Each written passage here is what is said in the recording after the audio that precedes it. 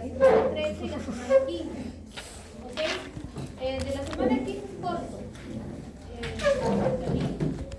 Vamos a empezar con el tema de estructura y actividad de los polinomios. Si bien es cierto, la semana pasada hicimos la relación de estructura y actividad de los adrenérgicos y ¿verdad? colinérgicos. Ustedes saben muy bien que el sistema simpático se va a dividir en tres neurotransmisores importantes que se conocen como las catecolaminas. ¿Cuáles son? Adrenalina, Noradrenalina, y catecolamina.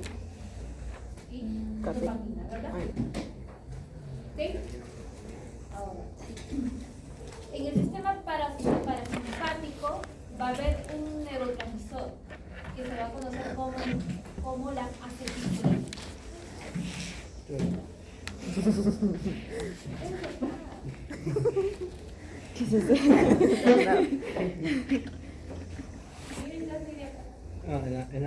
En la mañana tuvimos con el profesor del laboratorio. El área de investigación, el HPLC.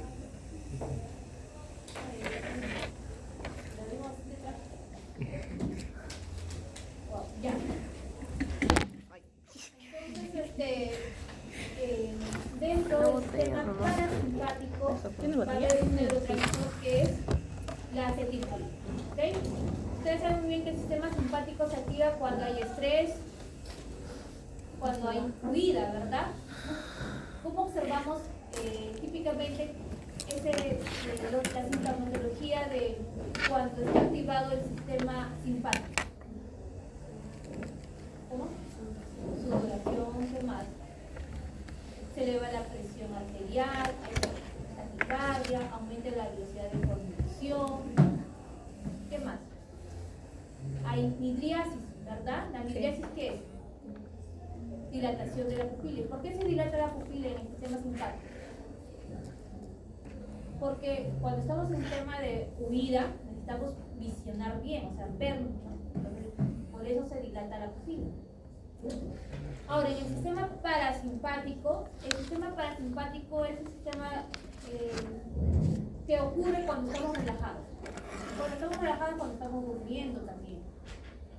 Ahí lo que pasa es que aumenta las secreciones, aumenta el peristaltismo, también cuando estamos comiendo, el peristaltismo. A nivel ocular ocurre lo que es la miosis, que significa contracción de la pupila. ¿Ok? Acá vemos, ¿no? La organización del sistema nervioso. Tenemos a nivel periférico el sistema nervioso somático y el autónomo. ¿Okay? En el autónomo tenemos lo que hemos visto la semana pasada, el simpático con la adrenalina y la dopamina, y el parasimpático tenemos la acetilcolina. ¿Okay?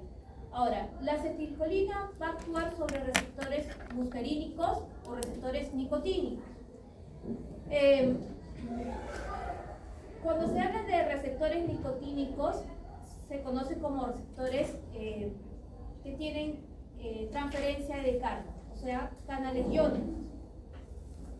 Y en esos receptores nicotínicos lo vamos a clasificar en el receptor muscular, ganglionar y en el sistema nervioso central. ¿Ok? Si es muscular, va a estar localizado en la placa motora del músculo. Si es ganglionar, obviamente en los ganglios, sistema nervioso central, en el encéfalo. ¿Ok?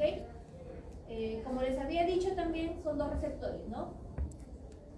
Los nicotínicos y los muscarínicos.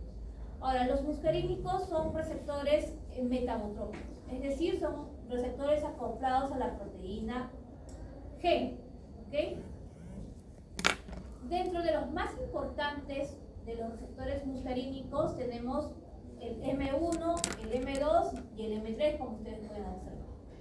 Ahora, dentro de estos tres receptores, el M2, se va a localizar en el corazón. ¿Okay? ¿Se acuerdan del sistema adrenérgico? ¿Qué receptor adrenérgico se ubica en el corazón? El beta B1. Beta 1, ¿verdad? Y el beta 1 encargado de hacer de ¿qué encargaba en el sistema adrenérgico el beta 1? ¿Qué es lo que hacía en el corazón? Aumenta la frecuencia cardíaca. Aumentaba la frecuencia cardíaca. Ahora aquí, en los receptores de M2, los muscarínicos, en el corazón, ¿qué es lo que va a ocurrir? Disminución de la frecuencia cardíaca, o sea, va a ocurrir una bradicardia. ¿Okay? O sea, también si ocurre una bradicardia, va a ocurrir ionotropismo negativo, es decir, disminución de la velocidad de conducción. ¿Okay? Ahora, en el receptor M1 y en el receptor M3, en el M1 se ubica en el sistema nervioso central y aparte en las células gástricas, con la liberación de ácido clorhídrico. ¿Okay? Y el receptor M3, ¿okay? Este se ubica a nivel de las glándulas y en el músculo liso. ¿Okay? Si se ubica a nivel glandular, obviamente va a producir secreción. ¿Okay? Si se ubica en el músculo liso, ¿qué es lo que va a producir? Contracción. No se olviden de eso. Contracción. Ahora, el receptor M1 y el receptor M3 están ligados a la proteína GQ. Y la proteína GQ es una proteína ligada a la fosfolipasa C. Y esa fosfolipasa C hace que aumente el calcio intracelular. En cambio, en el M2 es una proteína G inhibitoria. Es decir, no va a aumentar, no va a haber que aumente la concentración de calcio, va a estar inhibido. Por eso se dice que es proteína G inhibitoria. ¿Está bien? Ahora, para la síntesis de acetilcolina, vamos a ver esta diapositiva.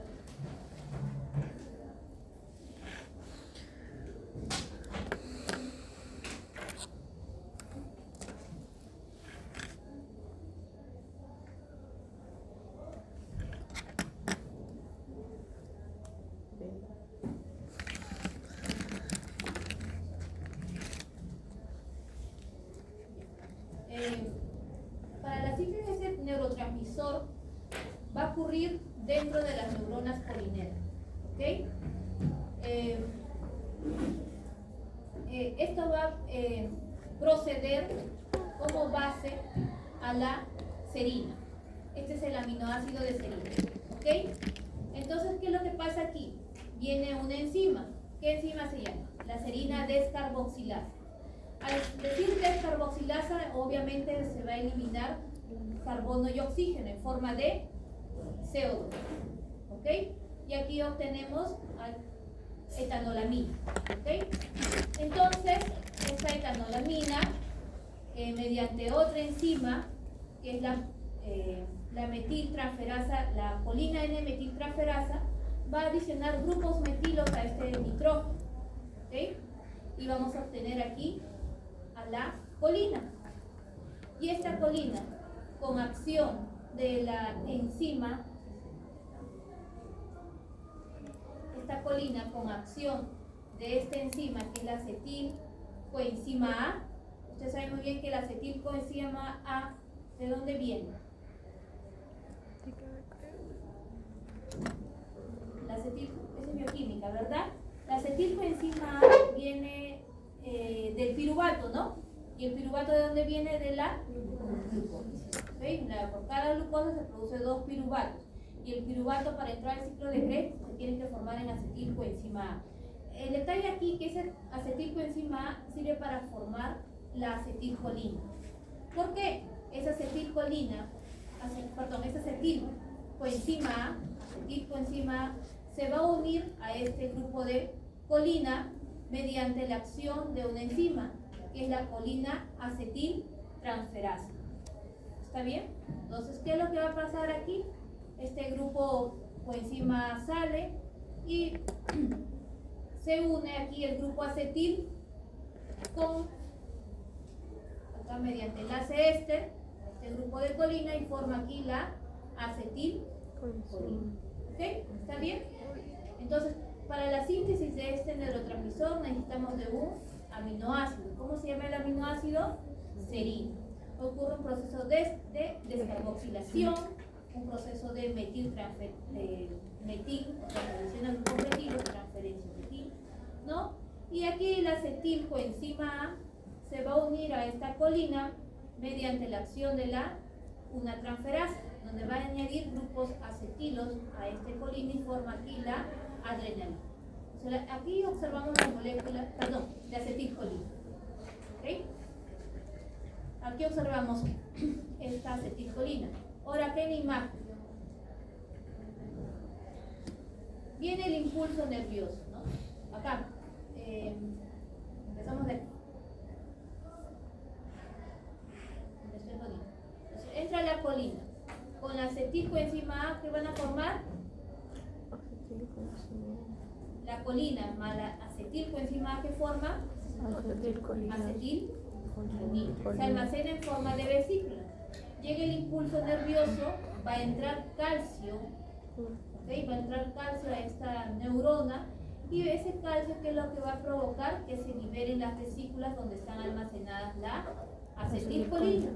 Se libera la acetilcolina a este espacio intersináptico y va a actuar sobre sus receptores. ¿Qué receptores?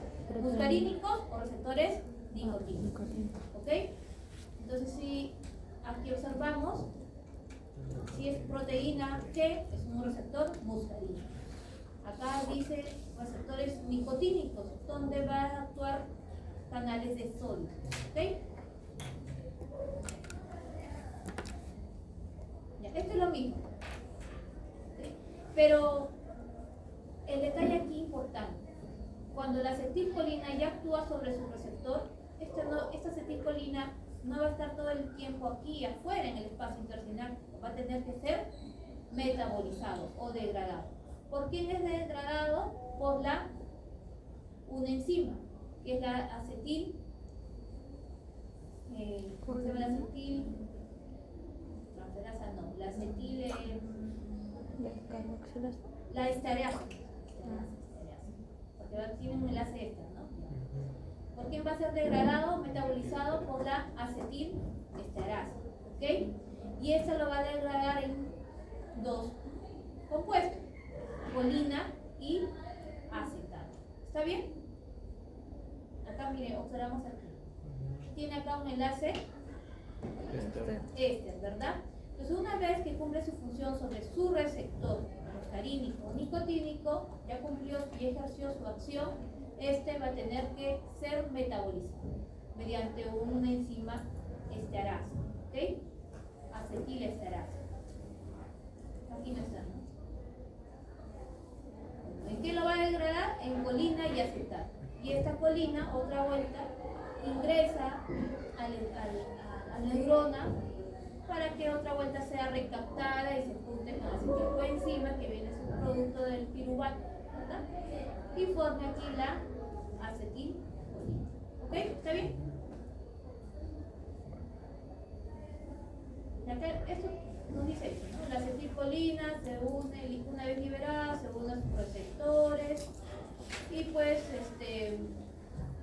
pueden ser receptores muscarínicos o receptores nicotínicos, y obviamente cuando ya cumple su función sobre esos receptores, esta acetilcolina es metabolizada. ¿Ok? ¿Por qué enzima? La acetilcolinesterasa. ¿Qué está? Acetilcolinesterasa.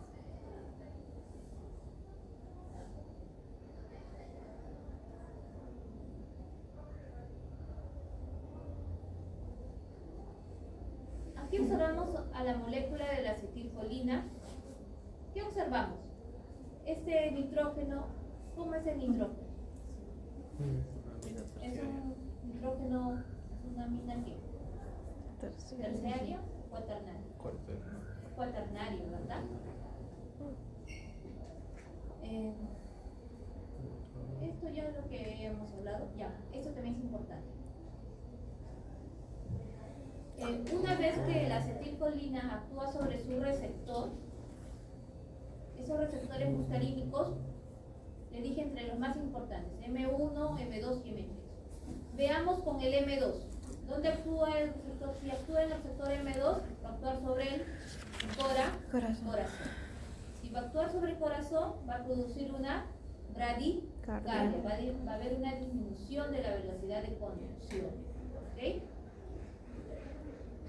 Si actúa a nivel del receptor M3, muscarínico 3, va a aumentar la fosfolipasa C y esto a su vez actúa aumentando el IP3, el trifosfato inositol, y este a su vez el IP3 cuando aumenta el calcio intracelular. Y al aumentar el calcio va a haber que aumente el tono muscular, o sea va a haber contracción del músculo liso. ¿Ok? Y en el M3, les dije, actúa en el músculo liso y en las glándulas, ¿correcto? Ahora acá, igual aumenta la fosfolipasa C, aumenta el calcio intracelular y aumenta las secreciones. ¿Ok?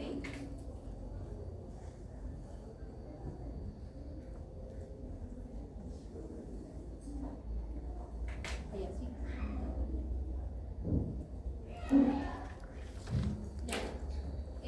Este es el metabolismo, lo que yo les había explicado. Acá tenemos la acetilcolina. Viene la acetilcolinesterasa. Es una esterasa que va a romper este enlace. ¿Okay? ¿En qué lo va a romper? En acetato y colina, ¿verdad? Acetato, este es Che3CO, acetato y colina.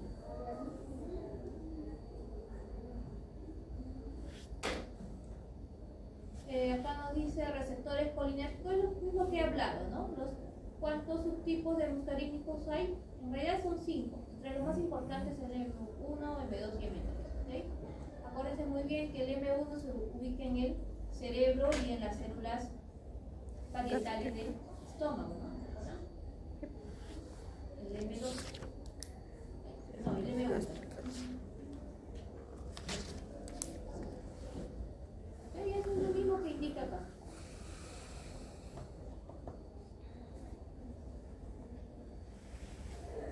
Y el M2 donde actúa en el corazón. ¿Okay? Los receptores nicotínicos son canales ionotrópicos, es decir, con el ion de sodio. Ahora vamos a empezar con lo que corresponde a los fármacos. ¿Ya? Acá nos indica alcaloides activos sobre los receptores de acetilcolina. ¿Ok? Cuando vean ACH significa acetilcolina. ¿Qué alcaloides activos actúan sobre los receptores de acetilcolina? Tenemos aquí a la muscarina y a la nicotina. ¿Ok?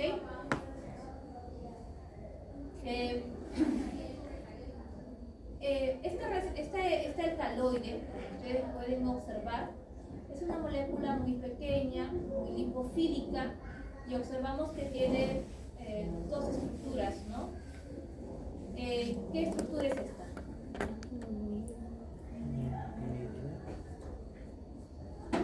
¿Cómo se llama ese anillo?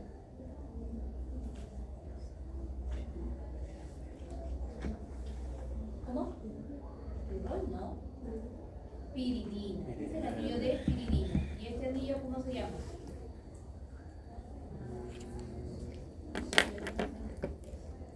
¿Cómo se llama esto?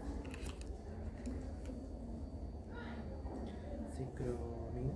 Pirrolidina. ¿Ok? Entonces, este alcaloide es una molécula lipofílica que podemos observar aquí. Este va a actuar sobre los receptores nicotínicos y va a producir contracción del músculo esquelético. ¿Okay?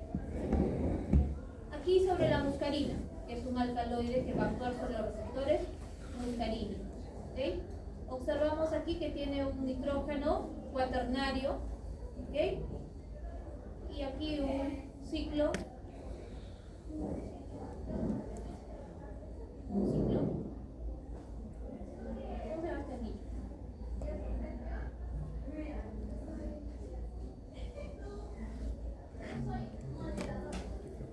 ¿Cómo se llama?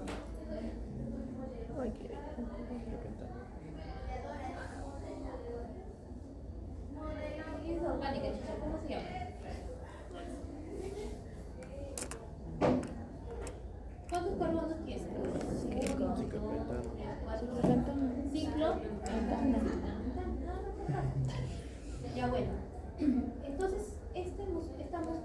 actuar sobre los receptores de acetilcolina. ¿Y qué es lo que va a provocar?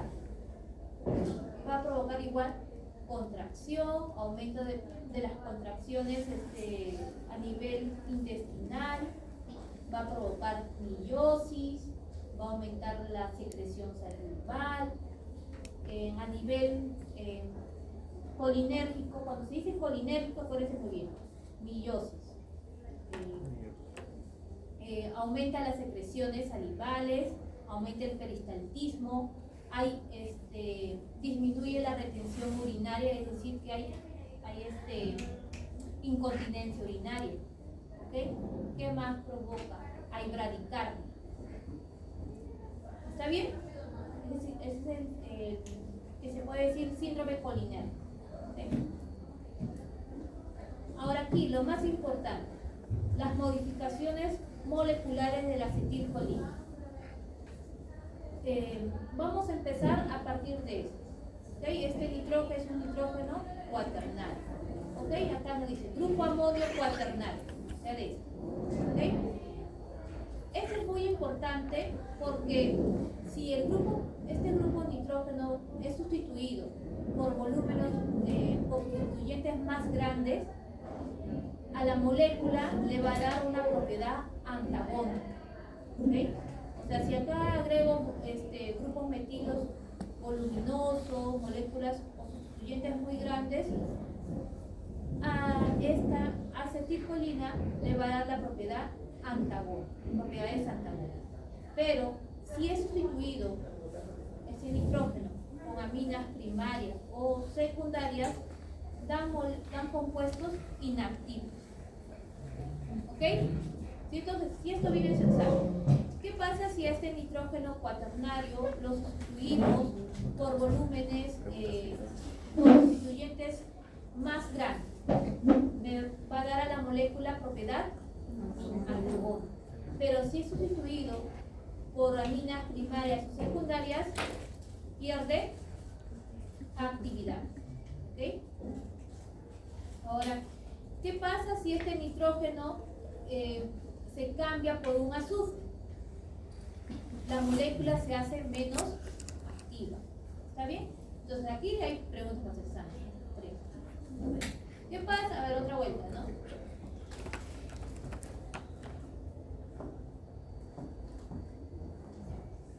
Entonces, ¿qué pasa si se hacen modificaciones moleculares y se sustituye el nitrógeno por un azufre? ¿La molécula aumenta la actividad? ¿Verdadero o falso? Falso. Disminuye su actividad. ¿Y qué pasa si es sustituido este grupo amino cuaternario por grupos metilos grandes? Le da propiedad antagónica. ¿Okay? Y si es sustituida por aminas secundarias o primarias, se hace la molécula menos activa. ¿Okay? Ahora aquí, modificaciones del puente etileno. ¿Qué significa puente etileno? Aquí, ¿cuántos carbonos hay? Dos carbonos. Entonces se dice puente etileno. Ahora, generalmente siempre hay 2 carbonos. No puede haber en ese puente etileno 3 o 4 o 5. ¿Qué pasaría si hay 3, 4 o 5 carbonos? Su actividad va a estar eliminada. ¿Ok? Es por eso que sí existe una regla de 5 que se dice.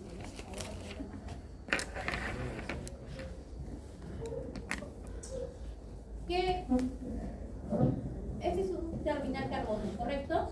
Y ese es nitrógeno. ¿Está bien? ¿Cuántos átomos hay entre ellos? 1, 2, 3, 4. ¿Cuántos hay? 1, 2, 3, 4. Entonces, esa regla de 5 sugiere para que haya una actividad muscarínica máxima, no debe haber más de 4 átomos de carbono entre el carbono terminal y el grupo amino terminal. ¿Está bien? ¿Está bien? ¿Cuántos tiene que ver? 4 átomos. 1, 2, 3, 4. No se refiere al puente etileno. El puente etileno prácticamente tiene que haber 2 carbonos. ¿Está bien? 1 y 2.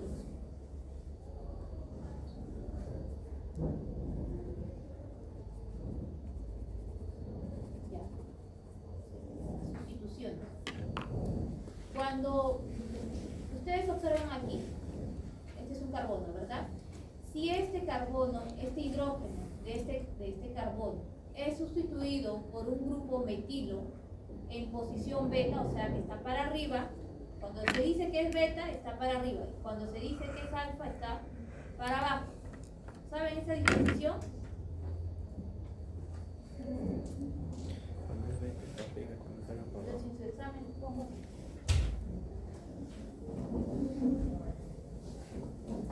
Muy fácil, ¿no?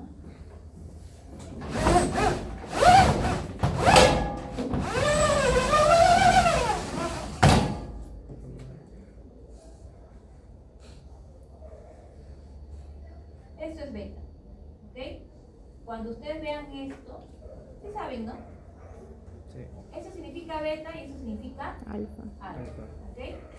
Ahora, si en este carbono, ese hidrógeno, es sustituido por un grupo metilo en posición beta, hace que la molécula tenga, la acetilcolina tenga una potencia más y además le hace resistente a la hidrólisis. ¿Okay? Ustedes saben por quién se hidrolizaba la acetilcolina, por qué enzima, por las esterasas, ¿no? O acetilcolinesterasa. ¿Okay? Entonces, si se le adiciona un grupo metilo, a la molécula le aumenta potencia y aparte le hace resistente frente a la hidrólisis. ¿Ok? Ahora, ¿qué pasa si se adiciona aquí en este carbono, el hidrógeno de este carbono, se sustituye por un grupo metilo en posición alfa? Aquí nos dice que se sustituye por un grupo metilo, hace que la molécula tenga afinidad a los receptores nicotínicos. ¿Está bien?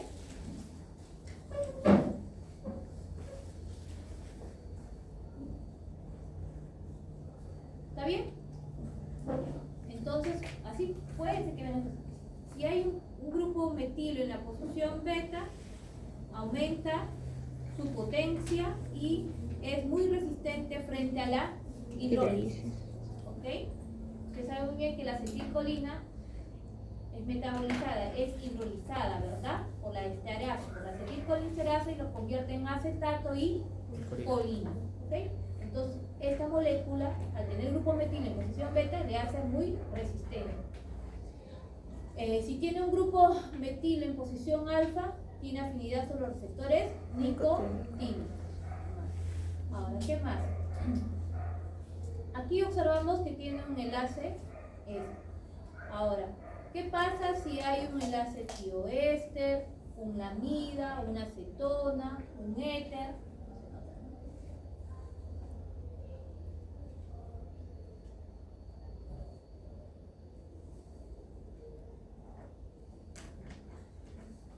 Este es el grupo funcional que tiene que ver.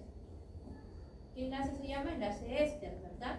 Ahora, ¿qué pasa si es reemplazado por un tioéster, por una amida, por una acetona, por un éter o un tioéter? Hace que la molécula se vuelva inactiva. ¿Ok?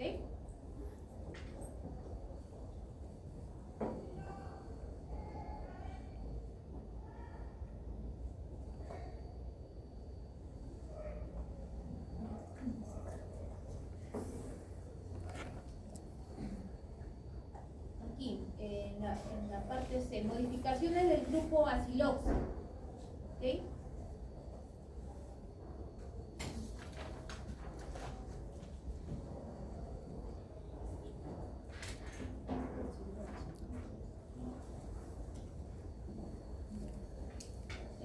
¿Ustedes qué observan aquí? Que hay un grupo amino, ¿verdad? Un grupo amino. De igual forma, este grupo amino, ¿okay?, hace que también sea muy resistente frente a la hidrólisis de la acetilcolinesterasa. ¿Ok? Mayor resistente a la hidrólisis. ¿Ok? Y este grupo funcional que está aquí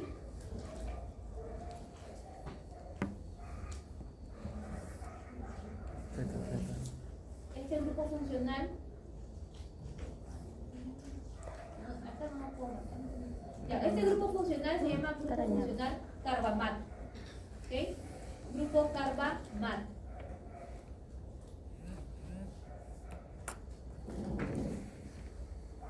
Entonces, si se hacen modificaciones a ese grupo que tenía KH3, ¿no? Y se adiciona un grupo amino, se convierte aquí en un grupo carbamato. Y este grupo carbamato va a ser muy resistente frente a la hidrólisis de ¿quién? De la esterasa. ¿Ok? Y por tanto, esta molécula va a actuar más tiempo con su receptor. ¿Ok? Acá tenemos el carbacol y el betanecol. ¿Ok? No, miren, ustedes observen. Dentro de estas dos moléculas, ¿quién es más potente? ¿Y por qué? Betanecol. ¿El carbacol o el betanecol? Betanecol. ¿Por qué? Porque tiene Muy bien, beta. tiene un grupo metil en la posición beta, ¿no? Y aumenta más su potencia para los receptores de acetilcolina. Otra molécula que también va a actuar sobre los receptores muscarínicos, tenemos a la pilocarpina. ¿Ok? Esta pilocarpina, bueno, su tratamiento farmacológico se usa para el problema del glaucoma. ¿Ok? La glaucoma es un problema de que aumenta la presión, ¿verdad? A nivel ocular. Y observamos aquí su molécula, ¿no? O sea, vemos que aquí tiene un anillo de imidazol, ¿no? Este es el imidazol. ¿Okay? Y acá tiene una lactona. Y esa molécula también hace que sea muy liposoluble y va a actuar sobre los receptores de muscarínicos, ¿no?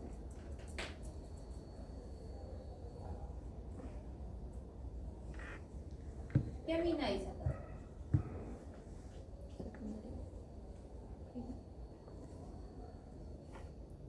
Es una, si ustedes observan aquí, es este de aquí. Es una amina cuaternaria, ¿correcto? Un amonio cuaternario. Y aquí, terciaria. Cuando también la molécula es más pequeñita, pasa rápidamente la barrera hematocefálica. ¿Sí?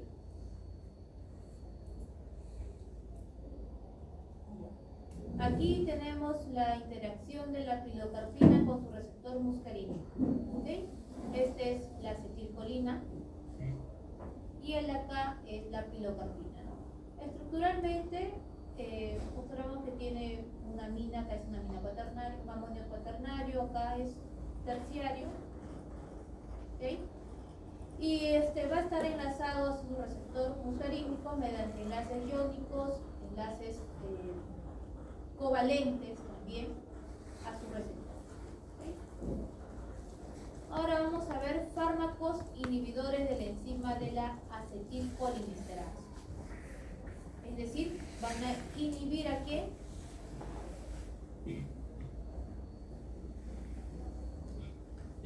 A la acetilcolinesterasa, ¿verdad? Esta enzima que metaboliza ¿quién? A la acetilcolina en colina y acetato. Entonces, si se inhibe eso, esa acetilcolinesterasa va a aumentar la concentración de ¿qué? De acetilcolina. ¿Ok? Entonces vamos a observar aquí en estas diapositivas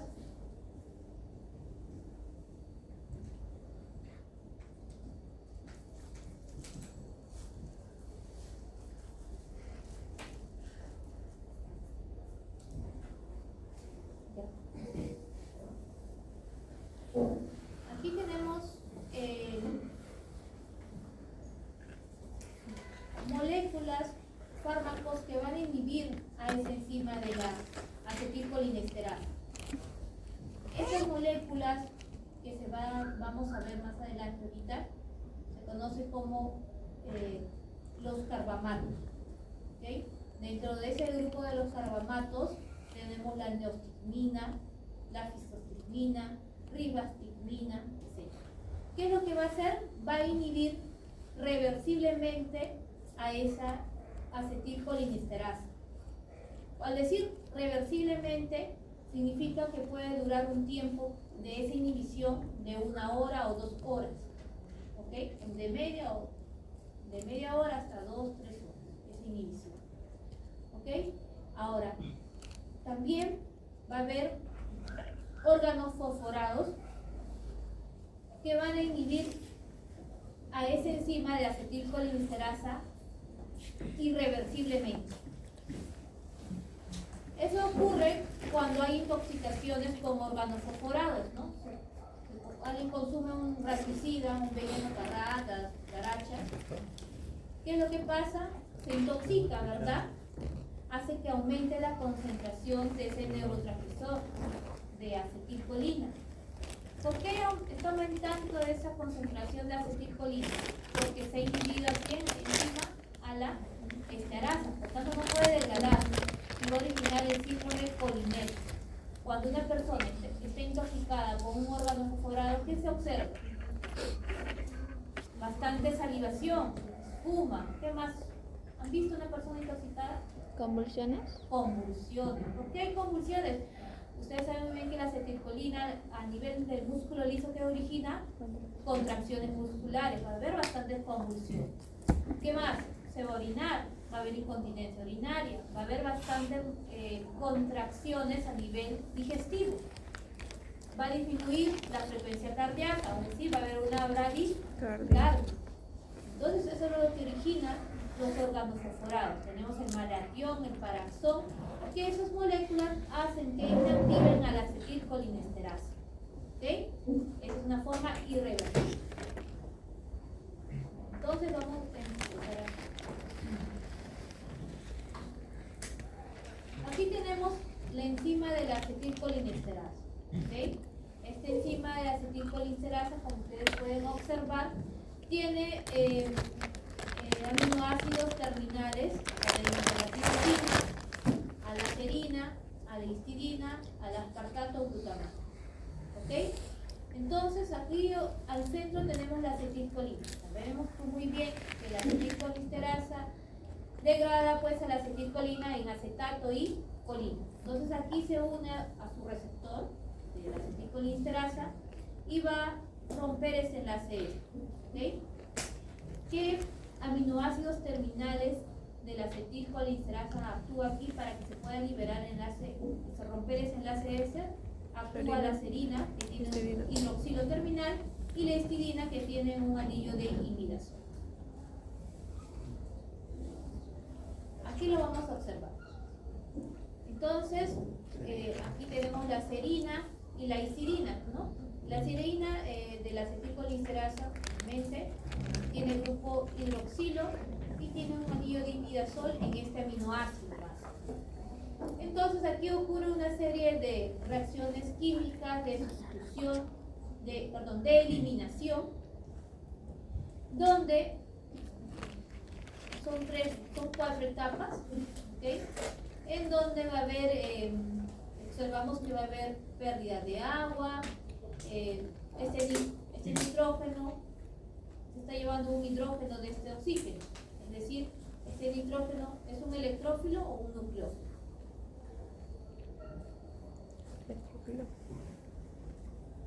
Es orgánica 2, ¿no? A ver, ¿este nitrógeno qué es? Este nitrógeno es un nucleófilo que lleva este hidrógeno, ¿okay? Y este oxígeno va a formar aquí un enlace y este de aquí sale, ¿ok? Aquí, como en el medio hay agua, ¿qué es lo que va a hacer? Este oxígeno va a captar un hidrógeno del medio y este nitrógeno de aquí también. Este nitrógeno se va a llevar un hidrógeno. Los que se llevan las moléculas se llaman así nucleófilos. ¿Okay? Se llevan nucleófilos, se conocen como nucleófilos. ¿Por qué? Porque es más atrayente. Y se lleva, por ejemplo, aquí esta molécula de agua es un electrófilo débil, ¿no? Porque está siendo atacado. Bueno, aquí el detalle es que esos terminales de aminoácidos con sus restos de hidroxilo o anillos de imidazol van a atacar a la acetilcolina y van a eliminarla con forma de acetato. ¿Ok? Acuérdense de eso muy bien, acetato. Acetato es un grupo polímero. Ahora, esto es importante porque de aquí les voy a explicar esto. Vamos a hablar de los inhibidores reversibles. Como les había dicho, esos inhibidores reversibles van a inactivar a la acetilcolisterasa de forma reversible por un par de horas. ¿Ok? Aquí tenemos esta molécula base que es la fisostigmina. ¿Ok? La fisostigmina. Observamos que aquí tiene anillo indólico, un anillo de pirrolidina y aquí tiene este grupo funcional que es el carbamato. ¿Ok? Y este grupo carbamato es muy importante para la actividad al cumplir esa función reversible. Ahora, el grupo carbamato es esencial para esta actividad. Tiene aquí un anillo aromático, pero con esto se conoce como grupo anillo indólico. ¿Okay? Esta es una pirrolidina. Bueno, observamos que también es una molécula muy apolar, es decir, obviamente al decir muy apolar va a atravesar fácilmente la barrera hematoencefálica. ¿Okay? Se ioniza pH fisiológico este grupo de aminas. ¿Qué más? Aquí lo más importante. ¿Cómo ocurre ese proceso químico en el cual va a inactivar a la acetilcolisterasa? Les había dicho que la acetilcolisterasa tiene dos centros de aminoácidos más importantes, la serina y la histidina. ¿Ok? Observamos aquí que este grupo carbamato, ¿a quién se une? Al hidroxilo de la serina, ¿verdad? ¿Okay? Y se deja libre el otro compuesto químico. Entonces, como aquí se está uniendo, ¿no? Acetilcolisterasa, centro activo carbamoilado. ¿Okay? ¿Cómo se une la fisostigmina? Se une mediante su carbamato al grupo hidroxilo de la serina. ¿Okay? Ahora, análogos de la fisostigmina, tenemos la neostigmina, bromuro de neostigmina, bromuro de piridostigmina. Estos fármacos se usan para el tratamiento de la miastenia gravis. La miastenia gravis es una enfermedad en la cual va a haber deficiencia de acetilcolina. Por tanto, las personas que sufren eso no pueden contraer, su músculo está débil. Y para que su músculo tenga contracciones, ¿qué tiene que haber? Acetilcolina, ¿se acuerdan? La acetilcolina que provoca contracción muscular.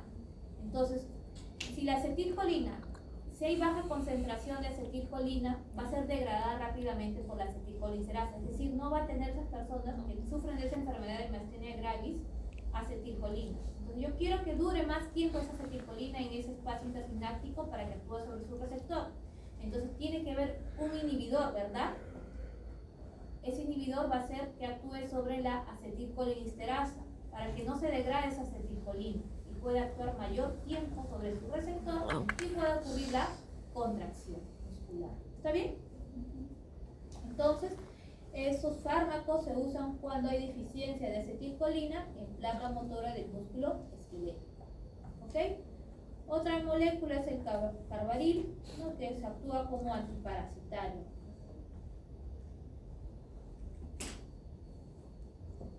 Estos fármacos, aquí no dice su diapositiva, que es usado para el tratamiento de miastenia gravis y de glaucoma. Ahora veamos con los inhibidores irreversibles. ¿Qué significa irreversible? Que va a actuar sobre la acetilcolina mayor tiempo, ilimitado. Entonces tenemos esas moléculas aquí a los órganos fosforados, grupos fosfatos. Estos grupos fosfatos son deficientes de electrones. Este grupo hidroxilo se va a convertir en un nucleófilo que va a actuar atrayendo a este grupo fosfato. ¿Ok? Y aquí el centro activo está fosforilado. Fosforilado. ¿Ok?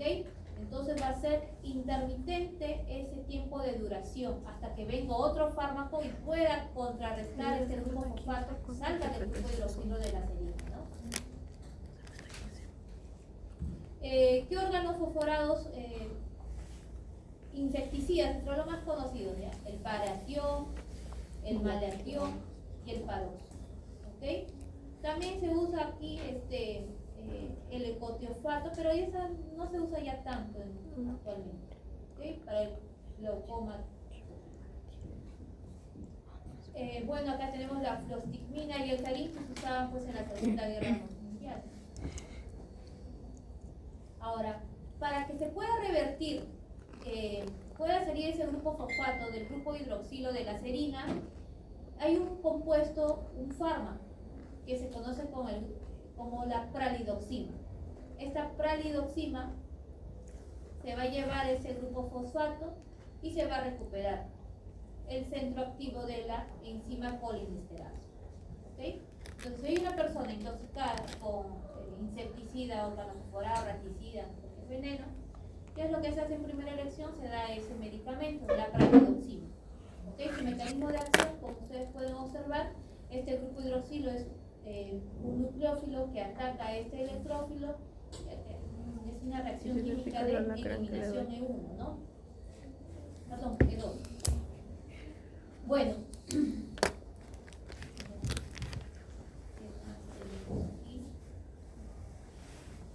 Ahora vamos a pasar con los fármacos antagonistas sobre los receptores muscarínicos. Antagonistas. A ver, aquí observamos la célula nerviosa y acá están los receptores de acetilcolina. ¿Ok? Ahora, cuando viene el impulso nervioso, se libera las vesículas donde está almacenada la acetilcolina hacia el espacio intersináptico y actúa aquí sobre su receptor. ¿Ok? Ahora, para que no actúe sobre su receptor, va a haber otra molécula que va a competir con esta acetilcolina y se conoce como en este caso antagonista. Se dice antagonista, va a competir con la acetilcolina por ese sitio por ese centro activo de su receptor.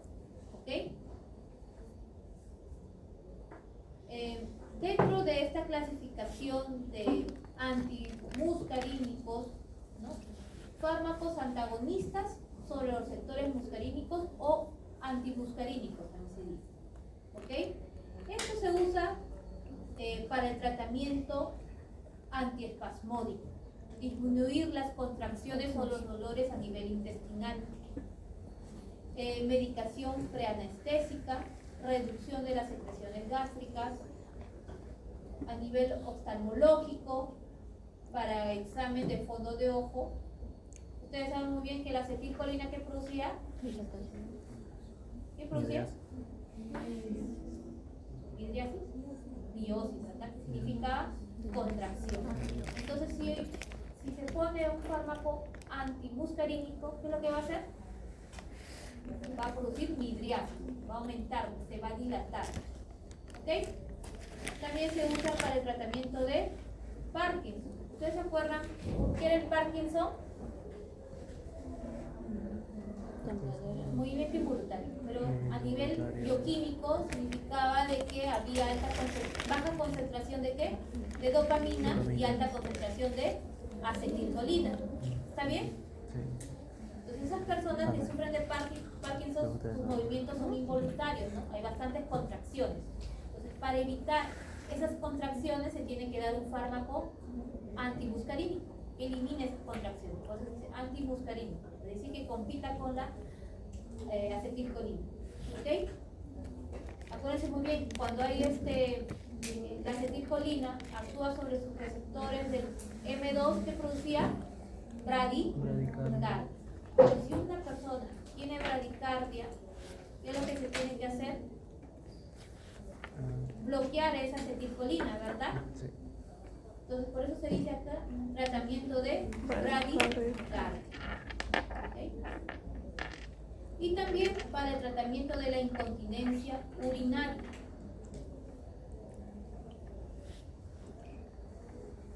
Ahora, ¿qué moléculas o fármacos actúan como antagonistas muscarínicos? Tenemos aquí a esta molécula que se conoce como atropina. ¿Okay? ¿Han escuchado de la atropina? Cuando hay una intoxicación de un paciente con órganos fosforados, aparte de adicionarle el fármaco de la pralidoxima, con cierto tiempo, también se le coloca la atropina de elección. ¿Ok? ¿Por qué? ¿Qué es lo que va a hacer la atropina? Vamos a ir acá en esta imagen. Ustedes se acuerdan muy bien de los inhibidores irreversibles de acetilcolinsterasa. Van a inhibir esa enzima, ¿correcto? Y va a haber bastante concentración de ¿qué? De acetilcolina. Y esa acetilcolina se va a unir a sus receptores. ¿Y qué es lo que va a originar cuando una persona se ha intoxicado con órganos fosforados? Va a haber salivación, va a haber bastante peristaltismo, bradicardia, disminución del ritmo cardíaco. Pero para evitar todo eso, se tiene que adicionar un fármaco que compita ¿con quién? Con este receptor, con la acetilcolina, ¿correcto? Va a competir y este fármaco, en este caso la atropina, se va a unir rápidamente a ese receptor muscarínico. ¿Ok? Y va a dejar libre ¿a quién? A la acetilcolina. Y la acetilcolina ya no puede unirse a ese receptor. ¿Está bien? ¿Han entendido? Entonces, su función de la atropina es eso, que esta atropina actúe sobre ese receptor muscarínico porque ya una vez que se ha insertado a esa parte de esa enzima del receptor, ¿okay? Va a dejar aquí libre ¿a quién? A la acetilcolina, y la acetilcolina ya no puede unirse a su receptor. ¿Okay? Acá tenemos ¿a quién? A la atropina. La atropina viene aquí es un alcaloide que tiene como núcleo tropánico esta molécula, ¿okay? Es un azabiciclo. Esta atropina tiene dos centros quirales, acá está el centro quiral de carbono, ¿okay? Y acá tenemos otra molécula que es la escopolamina o atrocina. La escopolamina se usa para tratamientos antiespasmódicos, ¿no? Cuando uno tiene dolor abdominal, toma la escopolamina. ¿Han tomado? N-metilbromuro de iosina, ¿no? Ah, sí. La iosina. ¿Ok? Entonces aquí va a haber una analogía de la acetilcolina en esta imagen, de la acetilcolina con la atropina. ¿Ok? Molecularmente tiene la misma forma, se ha diseñado así. Y acá dice acetilcolina más su receptor muscarino. Cuando se une la acetilcolina con su receptor muscarínico va a tener una alta actividad intrínseca. Ahora acá vemos la atropina con su receptor muscarínico tiene actividad intrínseca nula porque no va a tener un efecto farmacológico. ¿Está bien?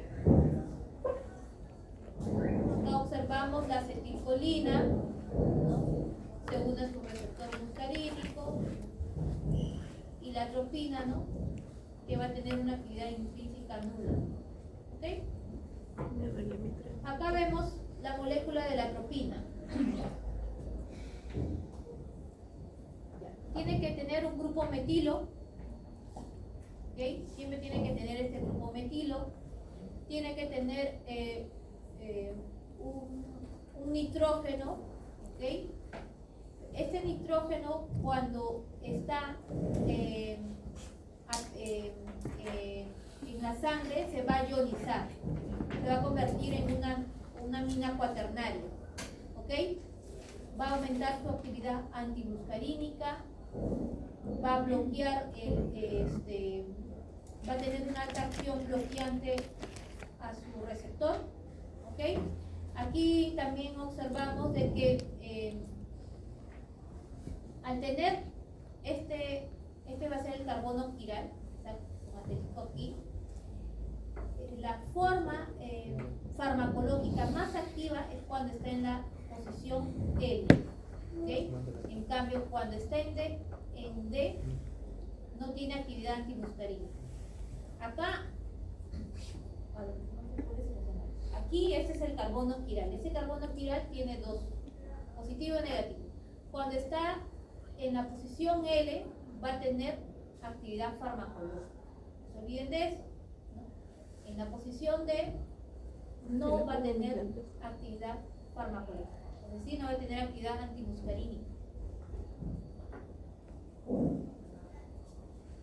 Observamos también que aquí tiene un enlace éster. ¿Okay? Si se rompe ese enlace éster, obviamente ya se pierde la actividad antimuscarínica. ¿Okay? A ver.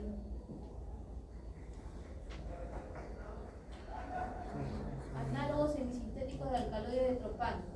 Bueno, acá tenemos el bromuro de hipatropio, bromuro de cibocolamina y metilbromuro de anisotropina. El bromuro de hipatropio se usa para broncodilatador, que es un broncodilatador. Cuando también hay un síndrome colinérgico, cuando hay síndromes colinérgicos se produce broncoconstricción. ¿Okay? Entonces, ¿qué hace el bromuro de hipatropio? Broncodilata las vías respiratorias. ¿Okay? Eso es también para el tratamiento de asma. El metilbromuro de iosina, observamos aquí que es una amina cuaternaria, ¿okay? Cuaternaria, y se usa para el tratamiento de antiespasmódico, ¿no? Ahí dice absorción sistémica escasa, tratamiento de úlceras gastrointestinales, ¿no? Tratamiento que requieren secreciones, trastornos que requieren reducción de secreciones y la contracción de las fibras musculares. ¿Okay? Entonces aquí observamos, tenemos bromuro de hipatropio, veamos la molécula similar a esta molécula base de la atropina.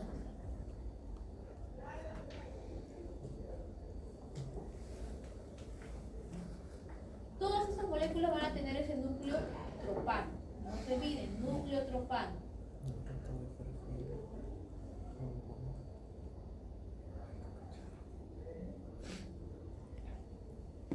¿No? Acá observamos que también tiene un carbono quiral, la escopolamina.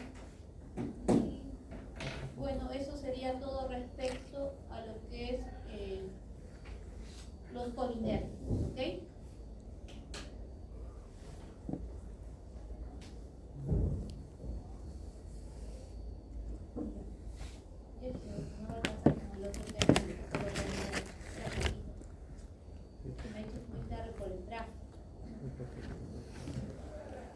¿Han comprendido algo?